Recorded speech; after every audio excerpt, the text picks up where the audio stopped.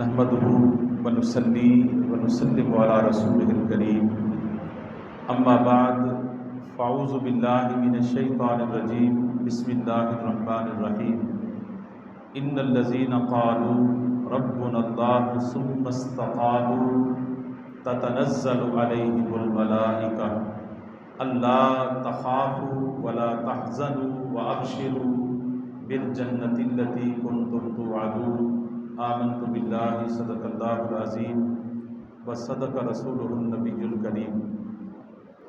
اللہ رب العزت کی ذات اقدس کا بے حساب فضل اور احسان ہے کہ جس رب لم یزل نے آج کی رات چند لمحے فہم شریعت نشست میں گزارنے کی توفیق عطا فرمائی۔ دعا ہے کہ اللہ رب العزت آج کی اس فہم شریعت نشست کو ہمارے لیے دنیا میں، قبر میں، آخرت میں نجات اور کامیابی کا سبب بنائے، اور آج کے میزبانوں کو بالخصوص اور ہم سب شرکاء کو بالعموم اپنے کرم، اپنے فضل، اپنے رحمتوں کی خیرات عطا فرمائے۔ سامعین محترم، آج کی اس نشست کی تربیتی گفتگو کا جو عنوان اور موضوع ہے وہ ہے عقیدہ اور عمل دونوں کی تکمیل نجات کا باعث ہے۔ اگر ہمارا عقیدہ اور عمل دونوں مکمل درست ہوئے تو نجات ملے گی، ورنہ اگر کہیں بھی کوئی خرابی آ گئی عقیدے میں یا عمل میں تو پھر اس کی سزا اور جزا کے لیے ہمیں تیار رہنا پڑے گا۔ تو اس لیے عقیدے کو بھی درست ہونا چاہیے اور عمل کو بھی درست ہونا چاہیے۔ عقیدے اور عمل کی اہمیت دونوں کی برابر ہے۔ آقا علیہ الصلوۃ والسلام کی دو احادیث مبارکہ ہیں، اگر اس کو آپ غور سے سنیں تو حضور نے دو ارشاد فرما کے عقیدے اور عمل کی کتنی اہمیت بتا۔ سرکار دو عالم صلی اللہ علیہ وسلم فرمایا لا یؤمن احدکم حتی اکون احب الیہ من والدہ وولدہ والناس اجمعین۔ فرمایا اس وقت تک کوئی مومن نہیں ہو سکتا جب تک اپنی کائنات میں سب سے زیادہ بڑھ کر محبت مصطفیٰ کے ساتھ ہو، والدین سے بھی بڑھ کر، اولاد سے بھی بڑھ کر، والناس اجمعین۔ فرمایا لوگوں میں سے جس کے ساتھ تم محبت کرتے ہو، فطری تقاضا ہے محبت کرنا، انسان محبت کرتا ہے۔ انسان کا معنی بھی ایک انس ہے، یعنی محبت کرنے والا، یہ انسان کی فطرت ہے، محبت کرتا ہے۔ فرمایا ساری محبتیں ایک طرف ہوں اور اللہ کے رسول کی محبت سب سے بڑھ کر ہو جائے تو تب تم کامل ایمان ہو جاؤ۔ ایمان تمہارا کب مکمل ہوگا؟ جب سب سے زیادہ محبت حضور سے کرے۔ اور دوسرا فرمان آقا علیہ الصلوۃ والسلام کا، وہ بھی حضور کا فرمان ہے، اور اس پر ہم بہت عمل کرتے ہیں، نعرے بھی لگاتے ہیں، میلاد بھی کرتے ہیں، اور ہونا بھی چاہیے۔ اظہار ہمیشہ عقیدے کا ہمارے عمل سے بھی ہوتا ہے۔ اور دوسرا فرمان آقا علیہ الصلوۃ والسلام فرمایا لا یؤمن احدکم حتی یکون ہواء تبعا لما جئت۔ فرمایا اس وقت تک کوئی مومن نہیں ہو سکتا جب تک اپنی طبیعت کو میری شریعت کے سامنے تابع نہ کرے۔ میری شریعت کے جب تک تابع نہیں کرے گا، یعنی جو کچھ میں لے کے آیا ہوں جب تک اس کی اتباع نہیں کرو گے، جب تک اس پر عمل پیرا نہیں ہوگے تو مومن نہیں ہو سکتے۔ تو مومن، حضور نے دو ارشاد فرما کے عقیدے کی عظمت بھی بیان کر دی اور عمل کی عظمت بھی بیان فرما دی کہ عقیدے کی اہمیت بھی وہی ہے اور عمل کی اہمیت بھی وہی ہے۔ جو عقیدے کی اہمیت ہے ویسے ہی عمل کی اہمیت، لیکن اس میں تھوڑا سا مقدم اور مؤخر ذکر کرنے کا فرق ہے، کیونکہ قرآن من کل الوجوہ ہے، قرآن ہر لحاظ سے حجت ہے۔ قرآن کسی چیز کو مقدم بیان کرتا ہے اس میں بھی حجت ہے، کسی چیز کو قرآن مؤخر بیان کرتا ہے اس میں بھی حکمت ہے، کسی چیز کو قرآن تفصیل کے ساتھ بیان کرے اس میں بھی حکمت ہے، کسی کو اجمالاً بیان کرتا ہے اس میں بھی حکمت ہے۔ قرآن ہر لحاظ سے حجت ہے۔ تقدم اگر دیتا ہے کسی کو پہلے ذکر کرتا ہے اقیم الصلاۃ وآتوا الزکوٰۃ، ابھی مفتی صاحب قبلہ نے آپ کو بتایا کہ نماز کا ذکر پہلے ہوا، زکوٰۃ کا ذکر نماز کے ساتھ ہوا، نماز کے ذکر کے بعد ہوا۔ کیوں پہلے ہوا نماز کا ذکر؟ اس لیے کہ نماز زکوٰۃ سے افضل ہے۔ نماز زکوٰۃ سے کیسے افضل ہے جی؟ ہیں تو دونوں اللہ کی باتیں، اللہ کا حکم ہے، فرائض ہیں، دونوں برابر کی فرضیت ہے، ایک ہی صیغے کے ساتھ دونوں کو شامل فرمایا، اقیموا الصلاۃ وآتوا الزکاۃ، کہ نماز قائم کرو، امر کے صیغے کے ساتھ حکم دیا۔ تو اس لیے علماء فرماتے ہیں کہ نماز کیونکہ جسم کی عبادت ہے، جسم کے ساتھ ادا کرتے ہیں، اور زکوٰۃ جو ہے وہ مال کے ساتھ ادا کرتے ہیں، ظاہر ہے کہ جو بندے کا جسم ہے وہ مال سے افضل ہے۔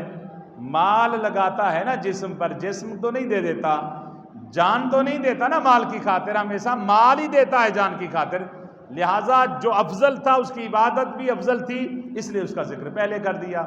باقی زکوٰۃ کا حکم زمین پہ آیا اور نماز کا حکم اللہ نے عرش پر اپنے محبوب کو بلا کر دیا، تو لہٰذا نماز افضل تھی، اس لیے اس کا ذکر بھی بولیں پہلے فرما دیا۔ تو اس میں تقدم اور تاخر میں حجت بھی ہے۔ اللہ رب العزت نے قرآن مجید میں جب بھی ایمان، عقیدے اور عمل کا ذکر فرمایا، ایمان اور عقیدے کو پہلے ذکر کیا اور عمل کو بعد میں ذکر کیا۔ فرمایا کہ ان الذین آمنوا وعملوا الصالحات والذین آمنوا وعملوا الصالحات اولئک الذین آمنوا وعملوا الصالحات۔ آپ دیکھیں ایمان کا ذکر پہلے ہو رہا ہے اور عمل کا ذکر بعد میں ہو رہا ہے، تو لہٰذا ایمان کیونکہ عقیدہ ہی ایمان ہے، تو اس لیے جو مقدم تھا اس کی شان بھی زیادہ ہوگی، جو مؤخر ہے اس کی شان بھی اس کے بعد ہوگی۔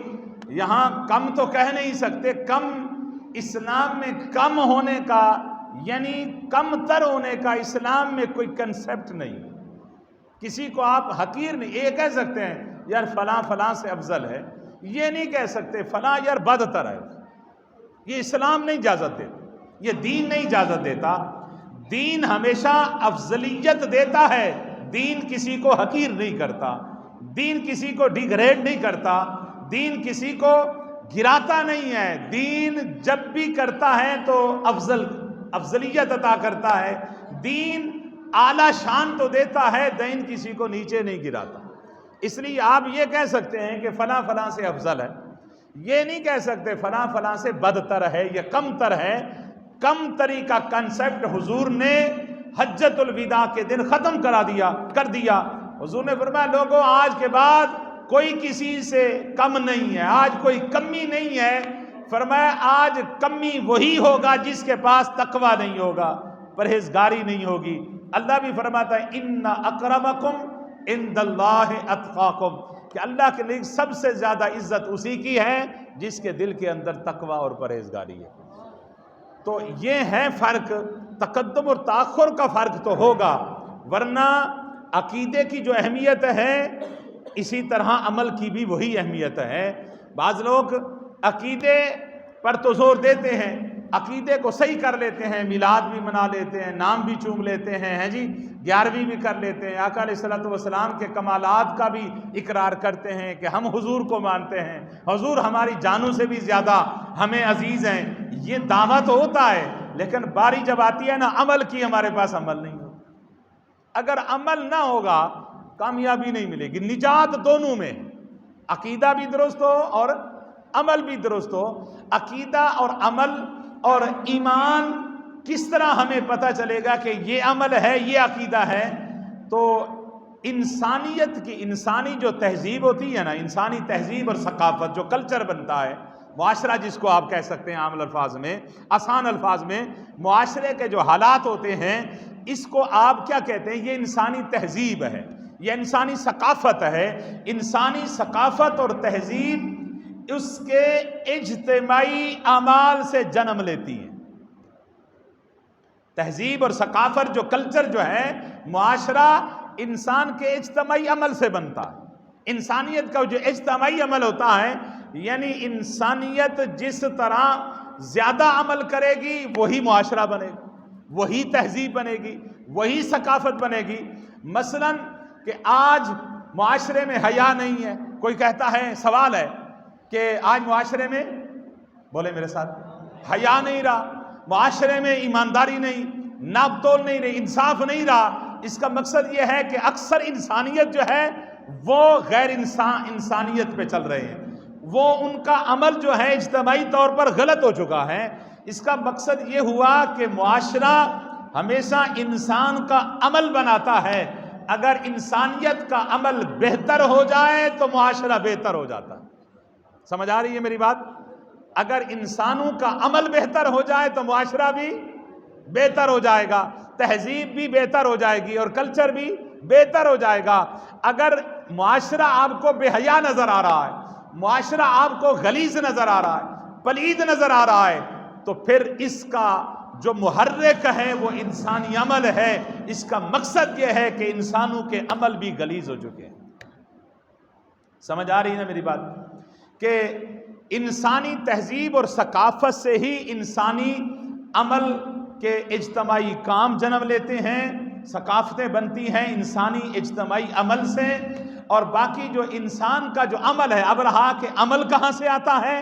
انسان کا جو عمل ہے نا، وہ ہے انسان کی فکر اور فلسفے سے عمل جنم لیتا ہے۔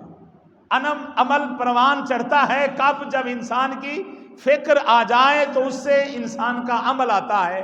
انسان عمل اپنی فکر کے مطابق کرے گا، جو اندر سوچ ہوگی، جو فکر ہوگی، اسی سے بندہ عملی وجود میں آئے گا، اسی سے عمل کا اظہار ہوگا۔ تو عمل کے لیے فکر کی ضرورت ہے، اور فکر کب صحیح ہوگی؟ فکر کے لیے فکر تب وجود میں آئے گی جب آپ کا نظریہ اور عقیدہ درست ہو جائے گا۔ جب آپ کا عقیدہ اور نظریہ درست ہو جائے گا، آپ کا عمل بہتر ہو جائے گا۔ آپ کا عمل جب بہتر ہو جائے گا، آپ کا معاشرہ بہتر ہو جائے گا، آپ کا کلچر بہتر ہو جائے گا۔ یہ ساری تمہید باندھنے کے بعد نتیجہ کیا نکلا؟ نتیجہ یہ نکلا کہ انسانی ثقافت ہو، تہذیب ہو، عمل ہو، فکر ہو، سوچ ہو، سب کی بنیاد عقیدے پر قائم ہے۔ سب کی بنیاد عقیدے پر قائم ہے۔ عقیدہ جب تک بندے کا درست نہیں ہوگا، اس وقت تک نہ اس کا عمل درست ہوگا۔ اگر عمل درست نہ ہوا تو پھر ثقافت اور معاشرہ بھی درست نہیں ہو سکے گا۔ اگر لوگ چاہتے، ہم چاہتے ہیں کہ ہمارا معاشرہ صحیح ہو جائے، معاشرے میں امن قائم ہو جائے، معاشرے میں حیا آ جائے، معاشرے میں پاکیزگی آ جائے، معاشرہ پاک ہو جائے، غلاظت دور ہو جائے، تو پھر بھائی ہمیں اپنے عمل کو درست کرنا پڑے گا۔ اگر ہم کہتے ہیں ہمارا عمل درست ہو تو پھر ہمارے عقیدے کو درست کرنا پڑے گا۔ پہلے اپنے ذہن کو، دماغ کو، دل کو ہمیں پاک کرنا پڑے گا۔ جب ہم عقیدہ درست ہو جائے گا، اس کے بعد پھر ہمارا عمل بھی درست ہو جائے گا، اور اس کے بعد ہمارا معاشرہ بھی درست ہو جائے گا۔ اب عقیدہ کیسے بنتا ہے؟ عقیدہ کیسے درست ہوگا؟ عقیدہ کس کو کہتے ہیں؟ عقیدے کا معنی یہ ہے، عقیدہ کہتے ہیں کہ انسان کے جو قلبی تصدیق ہے نا، جس کو دل ایک تصدیق کی مہر لگاتا ہے، ایک تصدیق کی مہر لگاتا ہے۔ تصدیق یعنی یقین، جہاں یقین پر ہمارا دماغ اور دل ٹھہر جائے تو اس کو کہتے ہیں عقیدہ۔ عقیدہ ہمیشہ یقین کی کیفیت پیدا کرتا ہے۔ جب یقین محکم ہو جائے تو سمجھیں آپ کا عقیدہ محکم ہو گیا۔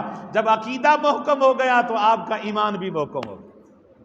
آپ کا اب یہاں ایک اور سوال ہے کہ بھئی دیکھیں، ہمیں عقیدے کی کیا ضرورت ہے؟ ہم تو مسلمان گھرانے میں پیدا ہوئے، ہم تو معاشرے میں ایسے میں پیدا ہوئے جہاں اسلام تھا۔ دیکھیں نا، پاکستان کے اندر مسلمان ہیں نا، ہم مسلمانوں کے گھر پیدا ہوئے۔ اب مسلمانوں کے گھر پیدا ہونے والے کو عقیدے کی کیا ضرورت ہے جی یاد کرنے کی؟ عقیدہ کو پختہ کرنے کی، عقیدے کو پڑھنے کی، سمجھنے کی کیا ضرورت ہے؟ یاد رکھیں میری بات کہ چاہے ہم مسلمانوں کے گھر پیدا ہوئے ہیں، عقیدہ ہمیشہ پختہ ہوتا ہے دلائل کے ساتھ۔ عقیدہ ہمیشہ پختہ ہوتا ہے دلائل کے ساتھ۔ وہ دلائل کون سے ہیں؟ جو اللہ رسول کی طرف سے آئے ہیں۔ اللہ رسول کی طرف سے جو دلائل ہمیں ملتے ہیں، اس کو ہم اگر پڑھیں گے، اس کو سمجھیں گے ہمارا عقیدہ پختہ ہو جائے گا۔ اب ایمان سے بتائیں کہ جو دلائل پڑھتا ہی نہیں ہے، جس کو دلائل کا پتہ ہی نہیں ہے، میں سوال کروں کہ عقائد میں یا شریعت میں دلائل کتنے قسم ہیں؟ کوئی بتا سکے گا کہ کتنے قسم ہیں سوائے چند لوگوں کے جن کو اللہ تعالیٰ نے علم کی دولت عطا فرمائی ہے؟ دلائل 4 قسم کے ہیں، اللہ کی کتاب قرآن پاک اور رسول پاک کی سنت یعنی آقا علیہ الصلوۃ والسلام سنت مبارکہ، اور عقل سلیم یعنی قیاس، اور سواد اعظم یعنی اجماع، یعنی یہ بھی دلیل ہے آپ کے پاس۔ آپ کہتے ہیں نا جی میلاد حدیث، میلاد کی دلیل دکھاؤ، ضروری نہیں ہے دلیل کے لیے ہمیں قرآن کی آیت ہی ہو، دلیل کے لیے ہمیں حضور کی سنت ہی ہو، دلیل کے لیے 4 دلائل فقہا نے لکھے ہیں، فرمایا ان میں سے ایک بھی دلیل مل گئی تو تمہارا عقیدہ پختہ ہو جائے گا، تمہارا عقیدہ صحیح ہے۔ یعنی اگر آپ قرآن پاک کی کوئی آیت اپنے عقیدے میں بیان کر سکتے ہیں، کوئی سوال کرے کہ اللہ کو ایک مانتے ہیں، آپ کہیں گے جی ہاں میں اللہ کو ایک مانتا ہوں، وہ آپ سے دلیل پوچھے گا کس دلیل سے مانتے ہیں، آپ کے پاس کیا دلیل ہوگی؟ اگر کوئی پڑھا لکھا ہے وہ کہے گا ہاں جی میرے پاس رب کے قرآن کی دلیل ہے، قل هو اللہ احد، اللہ نے فرما دیا کہ محبوب کہہ دیں کہ اللہ ایک ہے۔ دلیل کہاں سے آ گئی؟ بولیں، قرآن سے دلیل آ گئی نا۔ جب قرآن سے دلیل آ گئی تو آپ کا عقیدہ مکمل ہو گیا، آپ کا ایمان بھی کامل ہو گیا۔ اگر آپ کے پاس دلیل نہیں ہے، ایماندار تو ہوں گے لیکن ایمان آپ کا ناقص ہوگا۔ یہ میری بات یاد رکھیں۔ کیوں ضرورت ہے عقیدے کو پڑھنے کی؟ کیوں ضرورت ہے عقیدے کے دلائل سمجھنے کی؟ ہر بندہ یہ کہے کہ قیامت کے دن نہیں جان چھڑا سکے گا، جس طرح ہماری عادت بن گئی ہے۔ ٹھیک ہے جی، مسلمانوں کے گھر پیدا ہوئے ہیں، جو آ رہے ہیں، سلسلہ چل رہا ہے، ہم بھی چلتے جائیں گے، ایسے جان نہیں چھوٹے گی۔ دیکھیں نا، ایمان ناقص ہے، ایمان کامل ہے۔ ایمان کے کئی درجے مصطفیٰ کریم نے بتائے ہیں۔ من رأى منکم منکرا فلیغیرہ بیدہ، فرمایا جو اپنے ہاتھ سے برائی کو روکے اس کے ایمان کی طاقت اور ہے، جو زبان سے روکیں اس کے ایمان کی کیفیت اور ہے، جو دل سے برا جانے اس کے ایمان کی کیفیت اور ہے۔ ہم اپنے آپ کے ایمان کا جیسا تو لینا کہ ہمارا ایمان کی کیفیت بھی ہے۔ یار کوئی ہم سے غیر مسلم دلیل مانگ لیتا ہے، اللہ کو ایک مانتے ہو، وہ 1000 دلیلیں تمہیں دے اپنے ایمان کے بارے میں، میں فلاں کو اس لیے خدا مانتا ہوں، سورج کو خدا مانتا ہوں، چاند کو خدا مانتا ہوں، میرے پاس یہ دلیل ہے، دے دلیل ہے۔ تو کلمہ پڑھتا ہے مصطفیٰ کریم کا، اللہ کو ایک ہونے کی دلیل تو قرآن سے پیش کر۔ عقیدے کو سمجھنے کی بھی ضرورت ہے، عقیدے کو پڑھنے کی بھی ضرورت ہے۔ جب تک ہم دلائل اپنے عقیدے کے متعلق نہیں دے سکیں گے، ہمارا ایمان ناقص رہے گا۔ ایمان کامل تب ہوگا جب ہمیں پتہ ہوگا۔ اگر آپ کے پاس قرآن ہے تو قرآن بتا دیں، اگر آپ کے پاس وہ قرآن کی آیت نہیں ہے، یعنی ایسا عقیدہ ہے قرآن میں واضح طور پہ بیان نہیں ہوا، حدیث میں واضح طور پہ بیان نہیں ہوا، آپ اس پر کسی کو قیاس بھی نہیں کر سکتے، عقل سلیم بھی نہیں جا سکتی۔ آپ کے پاس ایک اور دلیل ہے کہ آپ سواد اعظم کو دیکھیں، آپ کہہ سکتے ہیں میرے پاس دلیل ہے۔ کون سی دلیل ہے؟ جی حضور کی امت کثیر تعداد میں اس پر عمل کر رہی ہے، لہٰذا میرے پاس یہ دلیل ہے۔ آپ کا عقیدہ پختہ ہے، آپ کا ایمان مکمل ہے، کیونکہ حضور نے فرمایا کہ سواد اعظم کو پکڑنا، سواد اعظم کو پکڑنا، تو سواد اعظم بھی ایک ہمارے عقیدے کی دلیل ہے۔ تو ہمیں عقیدے کو سیکھنے کی اور پڑھنے کی ضرورت ہے یا نہیں ہے؟ بولیں، عقیدہ ہے ماننے کا نام، لیکن اس کو سمجھنا پڑے گا۔ عقیدے کی دلیل تو ضرورت پڑے گی نا۔ ایک ہوتا ہے عقیدہ، ایک میں فرق واضح کرنا چاہتا ہوں، ایک ہوتا ہے عقیدہ، ایک ہوتا ہے نظریہ۔ بعض اوقات کہتے ہیں جی میرا نظریہ یہ نہیں ہے۔ نظریہ اور عقیدے میں فرق ہے۔ نظریہ جو ہوتا ہے نا، وہ بار بار تجربات کے نتیجے میں آتا ہے۔ آپ نے ایک تجربہ کیا، دوسرا تجربہ کیا، تیسرا تجربہ کیا، تو آپ تیسرے تجربے میں جا کے کامیاب ہو گئے، آپ کا نظریہ بن گیا کہ جی میرا نظریہ یہ ہے۔ بار بار تجربات سے آپ گزرتے گئے، آپ کا نظریہ بدلتا گیا، اینڈ میں جا کر آپ نے نظریہ بنا لیا۔ تو نظریہ آپ اس کو قانون بھی کہہ سکتے ہیں۔ آپ اس کو جس طرح پاکستانی قانون ہے، پاکستانی آئین ہے، یہ بھی ایک نظریہ ہے، قانون ہے۔ قانون بدل سکتا ہے، نظریہ بدل سکتا ہے، لیکن عقیدہ نہیں بدل سکتا۔ کیوں؟ نظریہ جو ہے نا، نظریہ آتا ہے تجربات کے نتیجے میں، بار بار تجربات کے نتیجے میں نظریہ بنتا ہے۔ عقیدہ تجربات کی روشنی میں نہیں آتا، عقیدہ اللہ کی وحی سے رسول کے تصدق اور توسل سے ہمیں ملتا ہے، اللہ کی وحی نبی کے ذریعے جو ہم تک پہنچی اس سے ہمیں ملتا ہے۔ تو اس لیے کبھی دیکھیں نا، ہمیں یقین ہے عقیدہ بدل نہیں سکتا۔ ہم مردوں کو نہیں جلاتے، ہندو جلاتے ہیں نا، ہم نہیں جلاتے، ہم اسے غسل دیتے ہیں، ہم اسے کفن دیتے ہیں، ہم اسے جنازہ پڑھتے ہیں، ہم اسے دفن کرتے ہیں، خوشبو لگاتے ہیں، ہم نہیں اسے جلاتے۔ مردے ہندو جلاتے ہیں، ہم کیوں نہیں جلاتے؟ کیونکہ ہمارا مصطفیٰ کے فرمان پر یقین ہے، یہ ایمان ہے، اس کو عقیدہ کہتے ہیں۔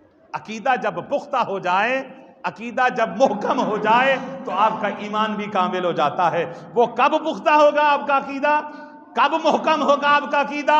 جب اس کو آپ سمجھیں گے، آپ قرآن کا مطالعہ کریں گے، آپ حدیث کا مطالعہ کریں گے، آپ علماء کی محفل میں بیٹھیں گے، آپ دین کو سیکھنا شروع کریں گے، تو جس طرح آپ کے پاس دلائل آتے جائیں گے اسی طرح آپ کا عقیدہ بھی پختہ ہوتا جائے گا۔ اگر کوئی آپ سے سوال کرے جنت کے بارے میں، جنت کو کیسے مانتے ہو، آپ کے پاس دلیل کیا ہے، آپ دلیل نہیں دے سکے، یقین کر لیں آپ کا ایمان ناقص، آپ دلیل بھی نہیں دے سکے۔ کوئی کہتا ہے کہ حشر کے بارے میں آپ کیا کہتے ہیں، ہم کہتے ہیں بس میں حشر کو مانتا ہوں، کہ دلیل کوئی کافر آپ سے پوچھ سکتا ہے؟ کافر ایمان سے بتائیں، جو کافر کے لیے ضروری ہے، کافر کے لیے پابندی ہے کہ وہ صرف عالم دین سے سوال کرے، اس کے لیے وہ تو مسلمان کو سوال کرنے کا حق رکھتا ہے کہ میں مسلمان سے دلیل لوں۔ اگر کوئی کلمہ گو کافر کے سامنے آ جاتا ہے اور ہم سے کوئی کافر سوال کر لیتا ہے، اور کے علاقے میں بھی یار ہیں، ہمارے پاکستان میں بھی تو ہندو ہیں نا یا نہیں ہے، غیر مسلم ہے نا، ہمارے علاقے میں بھی رہتے ہیں، آپ کے پاس آپ کے ساتھ اس کی بحث ہو جاتی ہے، آپ اس کو دعوت دیتے ہیں کہ بھی توحید لے آؤ، وہ کہے کہ توحید کے بارے میں آپ اپنا عقیدہ واضح کریں، آپ کے پاس دلیل کیا ہے، آپ کیا کہیں گے؟ تو اس لیے اتنا اپنے عقیدے کو پختہ، جو بنیادی عقائد ہے نا، بنیادی عقائد، آمنت باللہ و ملائکتہ و کتبہ و رسلہ والیوم الآخر والقدر خیرہ و شرہ من اللہ تعالی والبعث بعد الموت، یہ ایمان کے اجزاء ہیں۔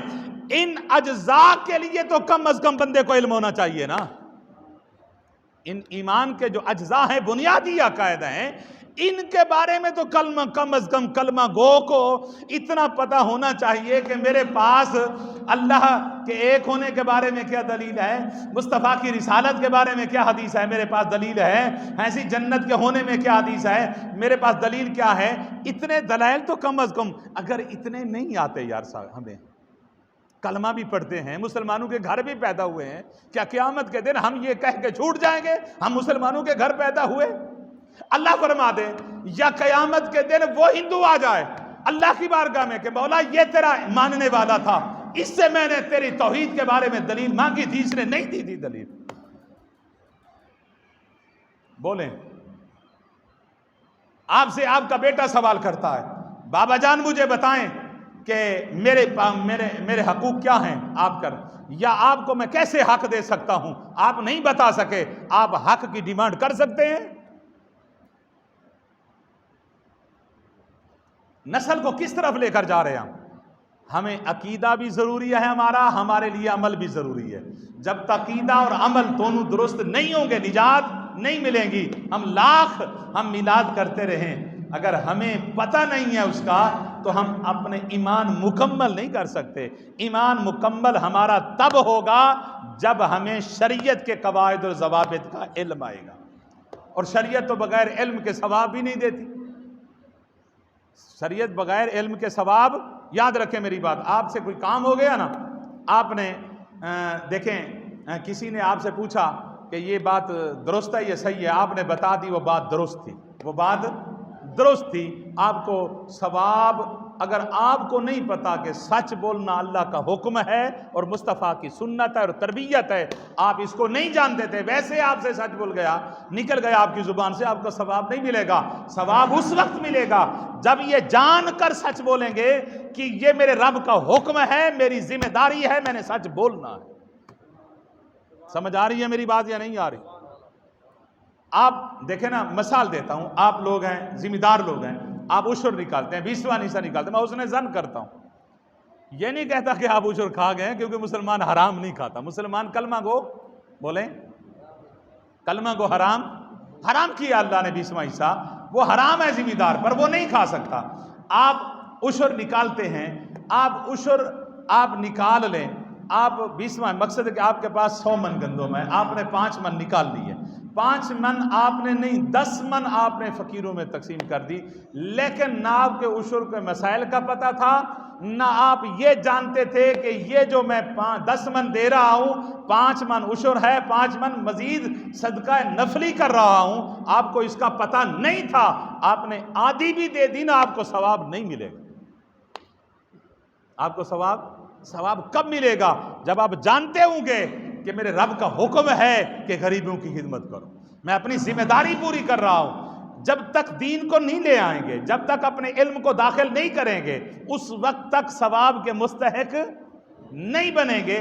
ایسا کام جو شریعت میں حکم ہی نہیں تھا لیکن آپ نے اس کو صحیح نیت کر کے کیا، اس کا ثواب ملے گا۔ بزرگوں نے فرمایا کہ یہ روشن دان کیوں رکھا؟ اس نے کہا جی ہوا کے لیے رکھا۔ بزرگ نے فرمایا اگر یہ روشن دان اس نیت سے رکھتا کہ مجھے اذان کی آواز آتی، میں مسجد میں جاتا، تو ہوا تو تجھے ملنی تھی، لیکن روشن دان کے رکھنے کا ثواب بھی تجھے اللہ تعالیٰ فرما دیتا۔ بعض اوقات صحیح کام کر لیتے ہیں لیکن ہمیں پتہ نہیں ہوتا، ہمیں علم اس کا نہیں ہوتا، اس کا اجر نہیں ملے گا۔ اجر کب ملے گا؟ جب ہمیں علم بھی ہوگا، جب ہمیں علم بھی ہوگا۔ اب عقیدہ اور عمل، عقیدہ تو رہا، عقیدہ ہے دل کی تصدیق کا نام، اللہ کو ایک ماننا ہے دل کی تصدیق کے ساتھ، رسول کو ماننا ہے، کتابوں کو ماننا ہے، جو رب نے ہمیں جس چیز کا حکم دیا ہے ماننے کا ہم اس کو مانتے ہیں تصدیق محکم کے ساتھ، قلبی تصدیق کے ساتھ، یقین کے ساتھ، یہ ہے عقیدہ درست۔ اب اس کے بعد عمل کی باری آتی ہے کہ آپ نے عمل بھی کرنا ہے۔ عمل کیا کرنا ہے؟ عمل اللہ رب العزت نے ہمیں ایک نہیں، بنیادی اعمال تو 5 ہیں، بنیادی اعمال جو ہیں عمل صالح وہ 5 ہیں، جن پر پھر آگے عمل چلتے رہتے ہیں۔ نماز ہے، روزہ ہے، حج ہے، زکوٰۃ ہے، جہاد ہے، حج ہے، یہ سارے اعمال، ان کو ارکان خمسہ بھی کہتے ہیں، اور یہ اسلام کے ارکان کی بنیاد ہیں، اس پر سارے ارکان ہیں۔ یہ نہیں کہ صرف یہی ارکان ہیں بلکہ اس کے آگے بھی ارکان ہیں، لیکن یہ بنیادی ارکان ہیں۔ پہلے آقا علیہ الصلوۃ والسلام نے اعلان نبوت فرمایا، اس وقت نجات کے لیے عمل کوئی نہیں تھا، عمل نہیں تھا، صرف عقیدہ نجات کے لیے کافی تھا۔ ابتدا میں صرف عقیدہ رکھ لو۔ حضور نے فرمایا قولوا لا الہ الا اللہ محمد رسول اللہ تفلح، فرمایا قولوا لا الہ تفلح، جو بھی کہے گا نا اللہ ایک ہے، فرمایا اس کو میں جنت کی بشارت دیتا ہوں، وہ کامیاب ہو گیا۔ اس وقت کیونکہ عمل لازم نہیں ہوئے تھے، سب سے پہلے عقیدے کا حضور نے حکم دیا، فرمایا کہ جس کا عقیدہ درست ہو گیا اس نے شرک سے توبہ کر لی، لہٰذا وہ کامیاب ہو گیا، وہ کامیاب ہو گیا۔ حضور نے عقیدے پر پختگی دی کہ جب تک عقیدہ پختہ نہیں ہوگا، فرمایا کہ آپ عمل کی طرف نہیں آ سکتے۔ تو جب عقیدہ پختہ ہو گیا مسلمانوں کا، اور عقیدہ کتنا طویل تک پڑھایا گیا، یعنی نماز کے حکم آنے سے پہلے، معراج کی رات سے پہلے جتنا زور دیا گیا ہے وہ عقیدے پر دیا گیا۔ آپ قرآن کے صورتوں کو دیکھ لیں، جو مکی صورتیں ہیں ان میں عقائد کا ذکر آتا ہے، جتنی بھی مکی صورتیں ہیں ان میں عقائد پر زور دیا گیا ہے کہ اپنا عقیدہ درست کر لو، اللہ کے ساتھ کسی کو شریک نہ ٹھہراؤ، اور رسول اللہ صلی اللہ علیہ وسلم کو اللہ کا رسول مان لو، بس اتنا کافی تھا۔ جب آگے نماز آ گئی تو پھر نماز عقیدے کے بعد پھر عمل کی شرط آ گئی کہ فرمایا اب صرف لا الہ الا اللہ کہنے سے نجات نہیں ملے گی، اب تمہیں عمل بھی کرنا پڑے گا۔ عمل کون سا کریں گے؟ فرمایا اب تمہیں نماز پڑھنی پڑے گی۔ اور بڑے مزے کی بات یہ ہے، یہ اسلام ہے، یہ حضور کا دین ہے، دین اسلام ہے۔ اس سے پہلے جتنے بھی ادیان آئے، جتنے بھی نبی آئے، سارے سچے مذہب تھے، وہ مذہب لے کر آئے، ان کے جو دین تھے نا وہ اس طرح کے نہیں تھے۔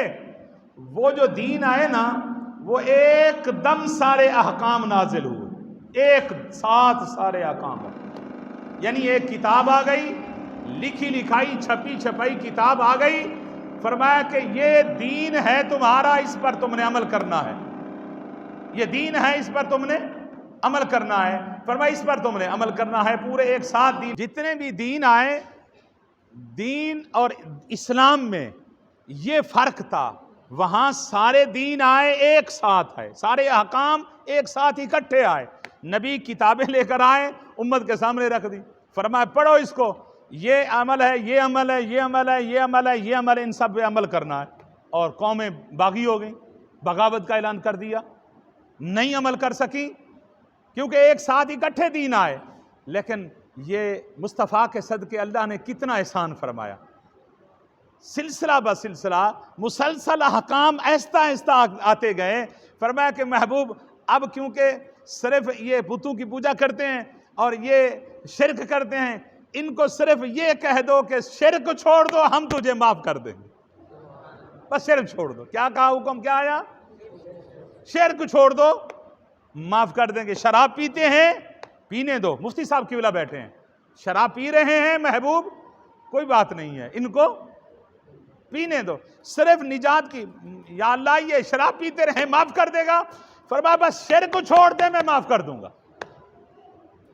شرک چھوڑ دیں, معاف کر دوں گا. جہاں کوئی لگا تھا وہ لگے رہے, لیکن وہ ان کو نہیں پتا تھا کہ ہم شراب کے نشے میں مست ہیں تو ہیں, لیکن ان کو یہ نہیں پتا تھا ادھر دیدار مصطفیٰ کا نشہ بھی تو رب چڑھا رہا ہے نا. ادھر دنیاوی شراب تھی, ادھر مصطفیٰ کے دیدار کی شراب تھی. اللہ نے فرمایا محبوب یہ کر لینا مقابلہ میرے ساتھ, یہ اپنی شرار پہ ناز کرتے ہیں, ہم دیدار مصطفیٰ پہ ناز کرتے ہیں. محبوب دیکھتے ہیں کہاں تک یہ شراب پیتے ہیں. ادھر وہ شراب پیتے تھے, ادھر مصطفیٰ کے دیدار کی شراب چڑھ گئی. تو جب نشہ چڑھ گیا نا دیدار مصطفیٰ کا, اللہ نے فرمایا محبوب دیکھنا یہ چھوڑیں گے. اللہ نے فرمایا محبوب یا ایھا الذین آمنوا, اے ایمان والو, بس اتنا ہے کہ ولا تقربوا الصلاۃ وانتم سکارا, آگے پیچھے پیتے رہو, لیکن جب نماز کی حالت میں آؤ تو نماز کے دوران شراب نہ پیا کرو. شراب پی کر نماز میں نہ آیا کرو, آگے پیچھے تم پی لیا کرو. دیکھو اللہ کی عزت کی قسم یار, بتائیں ایسا دین کسی کو ملے گا یار؟ جس طرح ایک بگڑے ہوئے بچے کو نا ایک تربیت کے ساتھ, ایک ٹیکنیکل طریقے کے ساتھ, ایک آسان اور تربیت یافتہ طریقے کے ساتھ اس کی تربیت کی جاتی ہے, ایسا ایسا اس کو بلایا جاتا ہے, عادتیں چھڑوائی جاتی ہیں. اللہ کی عزت کی قسم حضور کے تصدق کے ساتھ, حضور کے وسیلے کے ساتھ اللہ نے ایسے ہی امت مصطفیٰ کو سیدھے راستے پہ لگایا ہے. پھر صرف 12 سال تک, 11.5 سال تک صرف یہی ایک شرط تھی, صرف کلمہ پڑھ لو, بتوں کی پوجا چھوڑ دو, شرک چھوڑ دو, کامیابی مل جائے. پھر دیکھا نا جب کہ اب یہ کافی پکے ہو چکے ہیں, اب اللہ نے فرمایا کہ محبوب اب ایک عمل کا اضافہ کر رہا ہوں کہ اب ان کو کہو کہ نماز پڑھ لو. کیا کہو؟ نماز پڑھ لو. فرمایا کہ محبوب اب نماز پڑھنی ہے انہوں نے, تو صحابہ کرام نے نماز میں جب آئے وہ نماز کا نشہ علیحدہ مل گیا, دیدار مصطفیٰ کا نشہ. حضور نے فرمایا نماز بھی اس طرح پڑھنی ہے کہ گویا کہ تم رب کو دیکھ رہے ہو, کأنک تراہ, گویا کہ تم رب کو دیکھ رہے ہو. ان تعبدوا اللہ, اس طرح عبادت کرو گویا کہ تم دیکھ رہے ہو. اگر تم رب کو نہیں دیکھ سکیں, کم از کم یہ تو سمجھو کہ وہ تمہیں دیکھ رہا ہے. انہو یرا, وہ تمہیں دیکھ رہا ہے. انہو یرا کا, وہ تمہیں دیکھ رہا ہے. تو عزیزان محترم, پھر جب نماز کا نشہ چڑھ گیا نا, نماز چھوٹتی نہیں تھی. اللہ نے فرمایا محبوب اب ان کو کہو کہ روزہ بھی رکھ لو. اب ان کو کہو روزہ بھی رکھو. اب شرط بڑھ گئی. پہلے شرط تھی نماز آنے سے پہلے شرط جنت کے لیے صرف ایک تھی, وہ کون سی تھی؟ شرک چھوڑ دو. کیا کرو؟ شرک چھوڑ دو. ایک شرط تھی. جب نماز کا حکم آیا تو جنت کے لیے فرمایا کہ اب شرک چھوڑنے سے جنت نہیں ملے گی, اب تمہیں نماز بھی پڑھنی پڑے گی. جب زکوٰۃ کا حکم آ گیا تو شرط زکوٰۃ کی بڑھ گئی, روزے کی بڑھ گئی, پھر حج کی شرط بڑھ گئی, پھر عمل کی شرط بڑھاتے گئے اللہ پاک. تو جب تمام اعمال آ گئے تو فرمایا پھر عقیدہ اور عمل دونوں کو لازم ملزوم قرار دے دیا. فرمایا اب تمہارا عقیدہ بھی درست ہونا چاہیے, تمہارا عمل بھی درست ہونا چاہیے. تمہارا عقیدہ بھی پختہ ہونا چاہیے اور عمل بھی. درست ہونا چاہیے. تمہارے پاس نمازیں بھی ہونی چاہیے, تمہارے پاس زکوٰۃ بھی ہونی چاہیے, تمہارے پاس حج بھی ہونے چاہیے, تمہارا عقیدہ بھی پختہ ہونا چاہیے. اتنا پختہ ہو, کیسے پختہ ہو یا رسول اللہ؟ فرمایا کہ جس طرح میرے صحابہ نے میرے اوپر عقیدہ یقین رکھا ہے, اور صحابہ کرام کا عقیدہ اس یقین پہ تھا. آپ دیکھیں نا, جب صلح حدیبیہ تھی, ایک صحابی بلکہ حضور کی بارگاہ میں عرض کرتا ہے, حضور آپ سے مجھے بہت پیار ہے, آپ سے مجھے. ہم بھی کہتے ہیں, ہمارا دعویٰ بھی ہے یا نہیں ہے؟ ہم بھی دعویٰ کرتے ہیں نا کہ ہمیں حضور سے بہت پیار ہے. اسی طرح صحابی نے بھی دعویٰ کر دیا. حضور نے فرمایا, صحابی تجھے پتا ہے کہ تو کیا کہہ رہا ہے؟ تو جانتا ہے تو کیا کہہ رہا ہے؟ عرض کرتا ہے, حضور میں جانتا ہوں حضور, میں نے دعویٰ کیا آپ سے محبت کرتا, میں نے دعویٰ کیا آپ سے محبت کرنے کا. حضور نے فرمایا, اچھا تو جانتا ہے؟ 3 بار حضور نے فرمایا. اس نے بھی 3 بار یہی دعویٰ کیا. جب 3 بار وہ کہہ چکا نا, دعویٰ کر چکا, حضور نے فرمایا, صحابی سن, جس طرح پانی نچلی زمین سطح پہ تیزی کے ساتھ آتا ہے نا, اب مصیبتیں اور اذیتیں اور تکلیفیں بھی اسی طرح تیری طرف دوڑیں گی. مصیبتیں اور تکلیفیں بھی تیری طرف. اب تیرے اس دعوے کا امتحان شروع ہو گیا, اب تیرے اس دعوے کا امتحان شروع ہو گیا ہے. فرمایا تکلیفیں آئیں گی, مصیبتیں آئیں گی. اللہ بھی فرماتا ہے, وَلَنَبْلُوَنَّكُمْ بِشَيْءٍ مِّنَ الْخَوْفِ وَالْجُوعِ وَنَقْصٍ مِّنَ الْأَمْوَالِ وَالْأَنفُسِ وَالثَّمَرَاتِ. فرمایا ہم بھی تمہیں ضرور آزمائیں گے, کبھی بھوک دے کر آزمائیں گے, کبھی تمہارے پیاروں کو موت دے کر آزمائیں گے, کبھی تمہیں فصلوں میں نقصان دے کر آزمائیں گے, کبھی پھلوں میں کمی دے کر آزمائیں گے. فرمایا وَبَشِّرِ الصَّابِرِينَ, صبر تم نے کیا تو ساتھ خوشخبری بھی ہم عطا فرمائیں گے, خوشخبری بھی ہم عطا فرمائیں گے. تو معلوم ہوا کہ عقیدے اتنا پختہ ہونے چاہیے کہ جسم کے ٹکڑے ٹکڑے بھی ہو جائیں نا, ایک ایک عضو سے اللہ اور اس کے رسول کی آواز کو نکلنا چاہیے.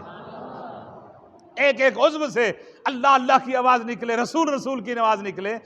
بہت مشہور حدیث ہے, آقا علیہ الصلوۃ والسلام کا نا حدیبیہ میں معاہدہ ہوا کافروں کے ساتھ. حضور 6 ہجری کو, یعنی ہجرت کو 6 سال ہوئے تھے, حضور عمرہ کرنے کے لیے آئے. کافروں کا کیونکہ قبضہ تھا اس وقت مکہ المکرمہ پر, حضور کو عمرہ نہیں کرنے دیا. 3 میل دور حدیبیہ کے مقام پہ حضور کو روک دیا گیا. وہاں کافروں کے ساتھ حضور کا معاہدہ ہوا, مذاکرات ہوئے, اور وہاں معاہدہ کامیاب ہو گیا. حضور نے فرمایا کہ ٹھیک ہے معاہدہ کر لیتے ہیں. تو معاہدے کے تحت نا حضور کو واپس جانا پڑا, انہوں نے عمرہ نہیں کرنے دیا اسے, حضور واپس چلے گئے. معاہدہ یہ طے ہوا کہ آج آپ عمرہ نہیں کریں گے, اگلے سال آ کے 1 سال بعد کریں گے. انہوں نے 1 مہینے کا نہیں ٹائم دیا. صحابہ روتے رہے, عرض کرتے رہے, حضور ٹائم گھٹائیں. حضور نے فرمایا جو یہ کہتے ہیں نا کہنے دو. نگاہ نبوت دیکھ رہی تھی اس کے اثرات کیا ہیں, اس کے ثمرات کیا ہیں. تو لہٰذا بہرحال ان میں سے ایک شک یہ تھی, ایک ان کی شرط تھی کہ بھئی ہمارے پاس آپ کے مسلمان قید ہیں. کچھ مزدور تھے, کچھ غلام تھے جو مسلمان ہو چکے تھے, اور ان کو کافروں نے نہیں جانے دیا, قیدی بنایا ہوا تھا. تو اگر یہ مسلمان ہماری قید سے نکل کر آپ کے پاس آئیں گے مدینے میں, تو آپ ان کو ہمیں واپس کرنے کے پابند ہوں گے. حضور نے فرمایا کہ ہم آپ کی شرط کو قبول کرتے ہیں, ہم اسے تمہیں واپس کر دیں گے. انہوں نے اگلی شرط رکھ دی, اگلی سنیں, کہ اگر ہمارا کوئی کافر اسی کی غلطی کی وجہ سے تمہارے پاس آ جاتا ہے اور تمہارے صحابہ اسے قیدی بنا لیتے ہیں, تو آپ ہمیں دینے کے پابند ہوں گے. ہم آپ کے مسلمان کو واپس نہیں دیں گے. آپ کا کوئی مسلمان ہمارے ہتھے چڑھ جاتا ہے, ہم اسے پکڑیں گے, ہم نہیں دیں گے. ہمارا کافر تمہارے ہتھے چڑھتا ہے تو آپ واپس کریں گے. ہماری قید سے کوئی مسلمان بھاگ کے تمہارے پاس آتا ہے, وہ بھی ہمیں تم واپس. حضور نے فرمایا ٹھیک ہے. باقی بھی شرائط تھی. آقا علیہ الصلوۃ والسلام کے غلاموں, اب عقیدہ کتنا پختہ ہونا چاہیے, ایمان کتنا پختہ ہونا چاہیے.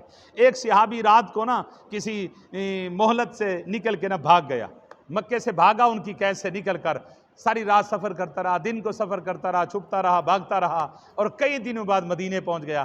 جب مدینے پہنچا نا, صحابہ فرماتے ہیں حضور مدینے مسجد نبوی میں بیٹھے تھے, اور صحابی کے جسم سے خون تھا, کپڑے پھٹے ہوئے تھے, اور پاؤں میں سارے چھالے پڑ گیا تھے, زخم ہو چکے تھے, اور روتا ہوا حضور کے قدموں میں آیا. ہم نے دیکھا جسم پر جو ہے نا وہ تیروں کے, ان کے جو ہے نا کوڑوں کے زخم تھے, مار مار کے نا اس کے جسم کو چھلنی کر دیا تھا کفار مکہ نے.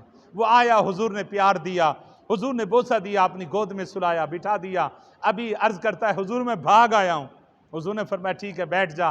ابھی وہ بیٹھا ہی تھا پیچھے مکے کے کافر بھی آ گئے. انہوں نے آ کر معاہدہ دکھایا. انہوں نے کہا کہ جی آپ نے معاہدہ کیا تھا ہمارے ساتھ کہ کوئی ہماری قید سے مسلمان بھاگ کے آئے گا آپ واپس کریں گے, آپ بسم اللہ پڑھیں, اپنے معاہدے کے مطابق ہمیں اس کو واپس کر دیں. ابھی اس کے زخم نہیں سیے, زخمی ہوا پڑا ہے. صحابہ بیٹھے ہیں رو رہے ہیں اس کی حالت کو دیکھ کر. حضور خود پریشان ہے اس کی حالت کو دیکھ کر. حضور نے فرمایا صحابی اٹھ, یہ مصطفیٰ کی زبان. صحابی اٹھ, تیرے نبی نے زبان دی ہوئی ہے, جا مصطفیٰ کی زبان کی لاج رکھ. اللہ کی عزت کی قسم وہ بڑا خندہ پیشانی سے کھڑا ہوا اور مسکراتے ہوئے نا وہ واپس چل پڑا کافروں کے ساتھ.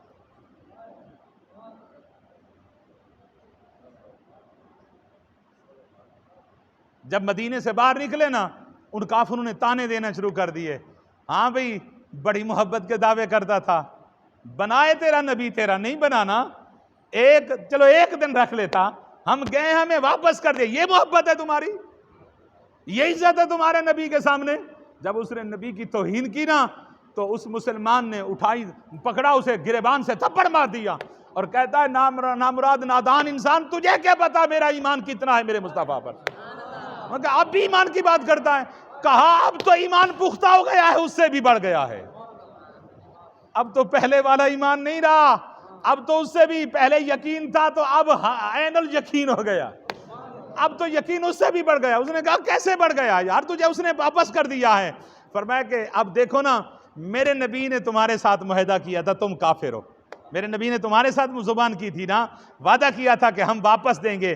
میرے نبی نے کافروں سے معاہدہ پاسداری کی ہے, کافروں کے معاہدے کی. تمہارے ساتھ وعدہ تھا, واپس کر دیا.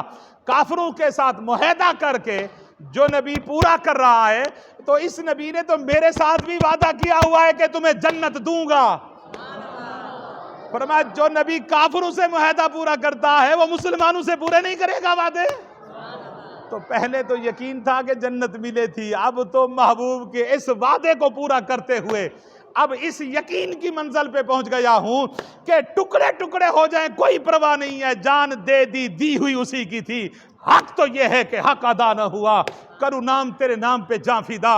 ایک جان ہی دو جہاں فدا, دو جہاں سے بھی نہیں جی بھرا, کروں کیا کروڑوں جہاں نہیں. جب ایمان اس لیول پہ آ جائے تو اللہ کی عزت کی قسم پھر ایمان کی بہاریں بھی کچھ اور ہوتی ہیں.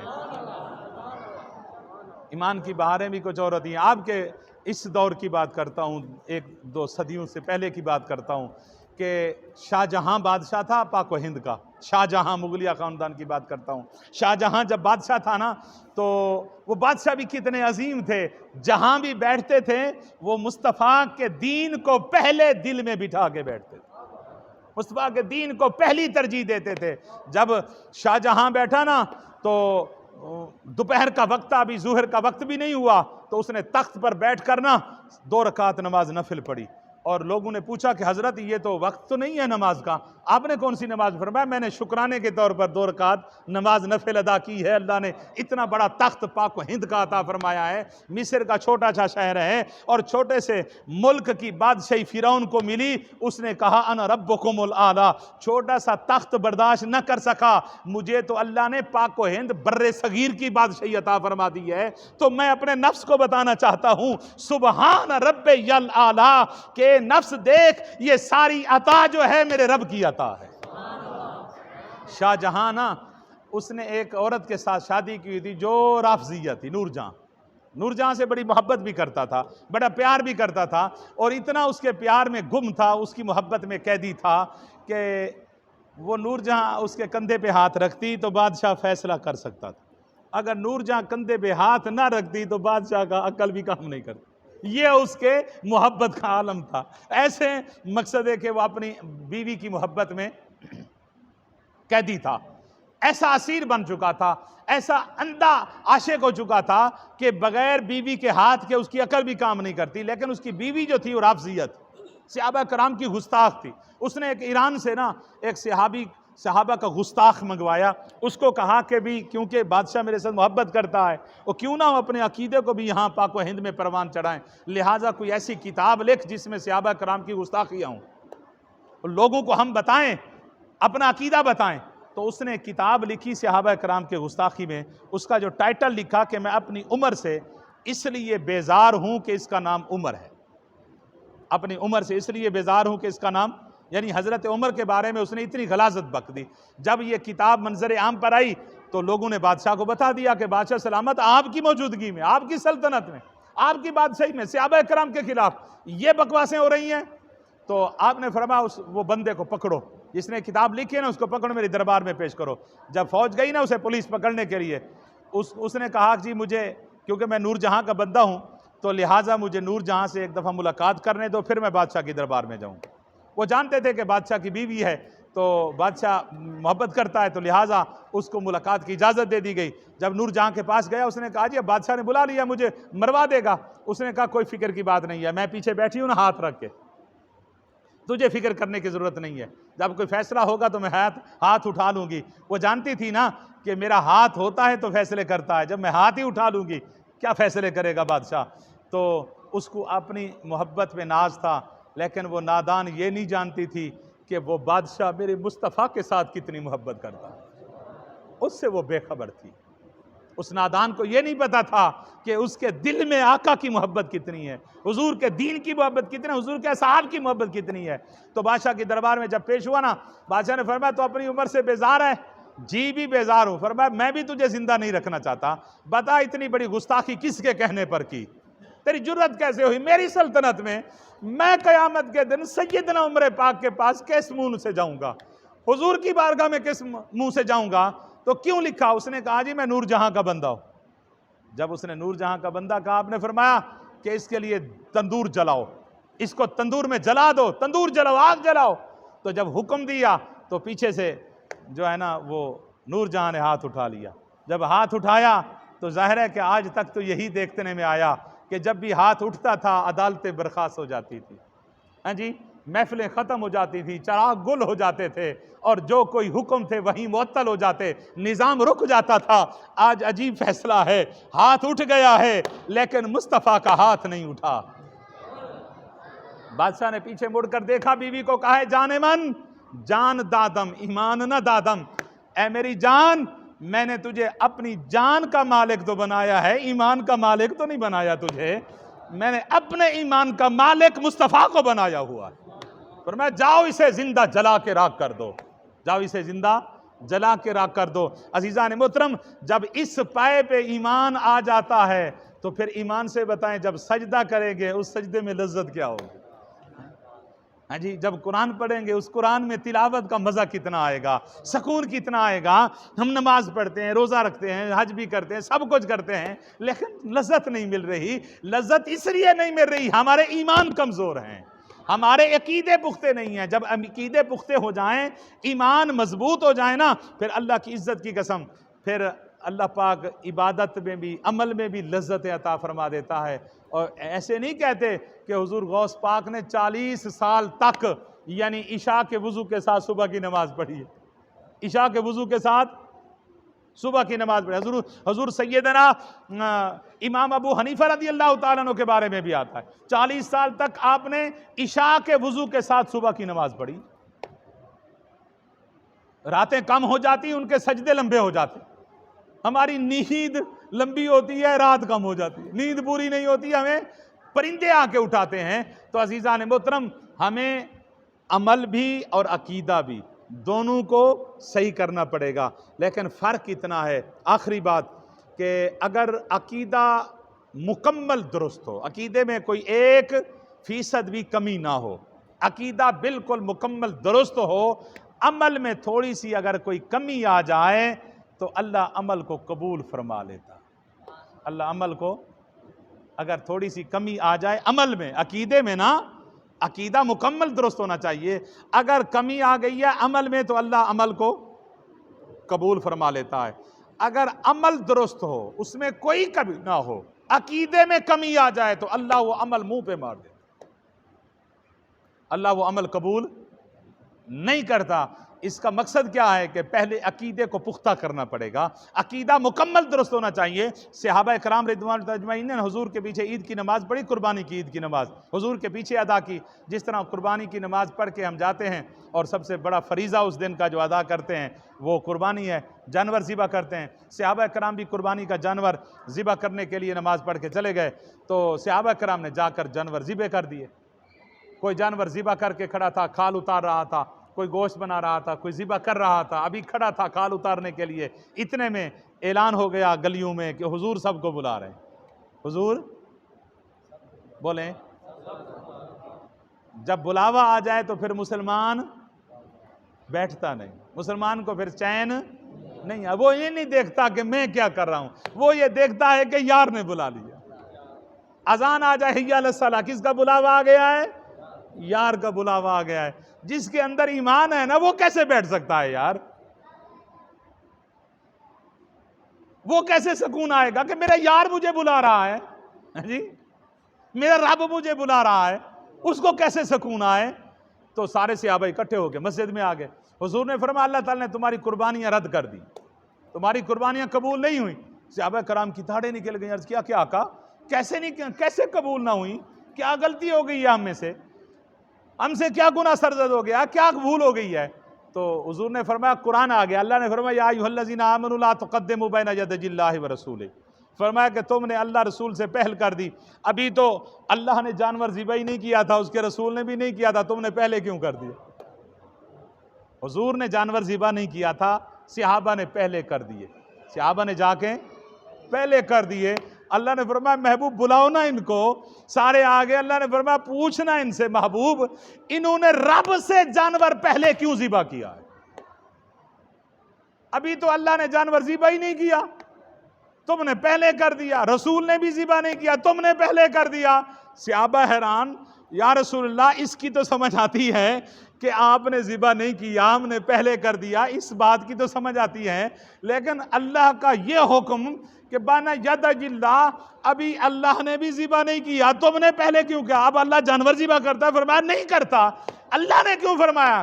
فرمایا اللہ بتانا یہ چاہتا ہے کہ ارے ہم جانور ذبح نہیں کرتے، یار کرتا ہے، لیکن یار سے جو پہلے کرے گا وہ یہ سمجھے کہ انہوں نے رب سے پہلے جانور ذبح کر دیا۔ تم نے کیا سمجھا ہوا ہے کہ یار کی ذات کیا ہے؟ فرمایا یار کا کام، یار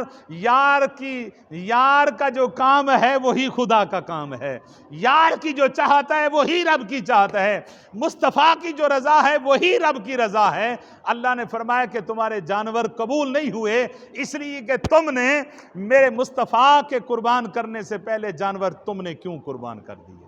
اب یہاں قربانی رد ہو گئی۔ کیوں رد ہو گئی؟ دیکھیں عمل جو ہے نا قبول دو طرح سے نہیں ہوتا، دو سبب اگر آ جائیں تو عمل قبول نہیں ہوتا۔ ایک یا تو رزق حلال کا نہ، پھر بھی عمل قبول، قربانی قبول نہیں ہوتی۔ اگر رزق حلال کا ہو تو نیت درست نہ ہو، نیت خراب ہو تو تب بھی قربانی قبول نہیں ہوتی۔ اب ادھر دونوں معاملے نہیں، صحابہ کرام کا رزق تھا، کوئی شرک کرے نا، کوئی شک بھی کرے تو ایمان سے فارغ ہو جائے۔ صحابہ کرام کی نیت پر کوئی شک کرے تب بھی ایمان سے خارج۔ صحابہ کرام کے رزق پر کوئی شک کرے، جس کے رزق کے بارے میں حضور نے فرمایا کہ اگر تم توحد پہاڑ جتنا سونا خرچ کرو، میرا صحابی ایک سیر جو خرچ کریں، تم ایک سیر جو کا مقابلہ احد پہاڑ جتنا سونا خرچ کر کے نہیں کر سکتے۔ احد پہاڑ جتنا سونا خرچ کر کے بھی ایک سیر کا جو کا مقابلہ نہیں کر سکتے۔ فرمایا جتنا رزق حلال صحابہ کا ہے اتنا تمہارا نہیں ہو سکتا۔ تو لہٰذا رزق بھی حلال کا تھا اور نیت بھی صحابہ کی اعلیٰ تھی، لیکن عمل کیوں رد ہو گیا؟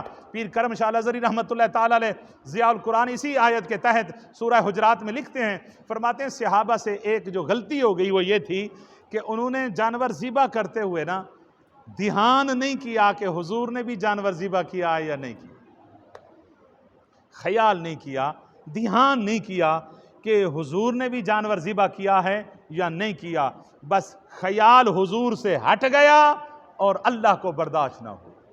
اللہ نے فرمایا کہ جانور تم کرو میرے لیے قربان، میری رضا کے لیے، لیکن اگر مصطفیٰ کا خیال نہ کرو تو مجھے تمہارے جانوروں کی کوئی ضرورت نہیں ہے۔ فرمایا اگر جانور میرے لیے قربان کرنے ہیں نا، تمہیں میرے مصطفیٰ کا بھی حیا اور خیال کرنا پڑے گا، میرے مصطفیٰ کا بھی خیال کرنا پڑے گا۔ فرمایا کہ میرا راستہ تمہیں کیا پتا تھا؟ تم تو جانور نہیں چرا سکتے تھے، تمہیں تو پتہ ہی نہیں تھا، تم تو جہنم کی دلدل میں پھنس چکے تھے۔ ارے بتوں کی پوجا کرنے والوں، آج تمہیں اللہ کا پجاری بنایا تو میرے مصطفیٰ نے بنایا ہے نا۔ تمہارے کردار کو دیکھ کر جانور شرم کرتے تھے، ارے آج جبریل مجھ سے اجازت لے کر تمہیں سلام کرتا ہے، تو یہ شانیں کہاں سے ملی؟ مصطفیٰ کے صدقے سے ملی۔ تمہیں جہنم کی دلدل سے نکال کر میرے مصطفیٰ نے جنت کا مالک بنا دیا۔ فرمایا کہ آج تم یار کا خیال نہ کرو، یہ کیسے ہو سکتا ہے؟ فرمایا رضا میری ہو، قربانی میرے لیے کرنی ہے تو یار کا خیال کے بغیر کرو گے تو وہ قربانی تمہاری قبول نہیں ہوگی۔ تو اللہ تعالیٰ نے قربانی رد کر دی، صرف مصطفیٰ کا خیال نہیں آیا۔ تو عزیزان محترم، اس لیے اگر عمل درست ہو، عقیدے میں تھوڑی سی کمی آ جائے تو عمل قبول نہیں ہوتا۔ ہاں اگر عقیدہ درست ہو، عقیدہ پختہ ہو، درست ہو، عمل میں کوئی کمی بیشی رہ جائے تو اللہ اس عمل کو قبول فرما لیتا ہے۔ اللہ سے دعا ہے کہ اللہ ہمیں عقیدے اور عمل کو مکمل اور اس کو صحیح طریقے سے تکمیل کرنے کی توفیق عطا فرمائے، عقیدے کی خیرات بھی عطا فرمائے اور عمل کی خیرات بھی عطا فرمائے۔ اللہ تعالیٰ ہماری اس حاضری کو قبول و منظور فرمائے۔ اللہ تعالیٰ ہماری نشست کو اس قبول و منظور فرماتے ہوئے آج کے میزبانوں کو اللہ تعالیٰ اس کی خیرات عطا فرمائے۔ وآخر دعوانا ان الحمد للہ رب العالمین۔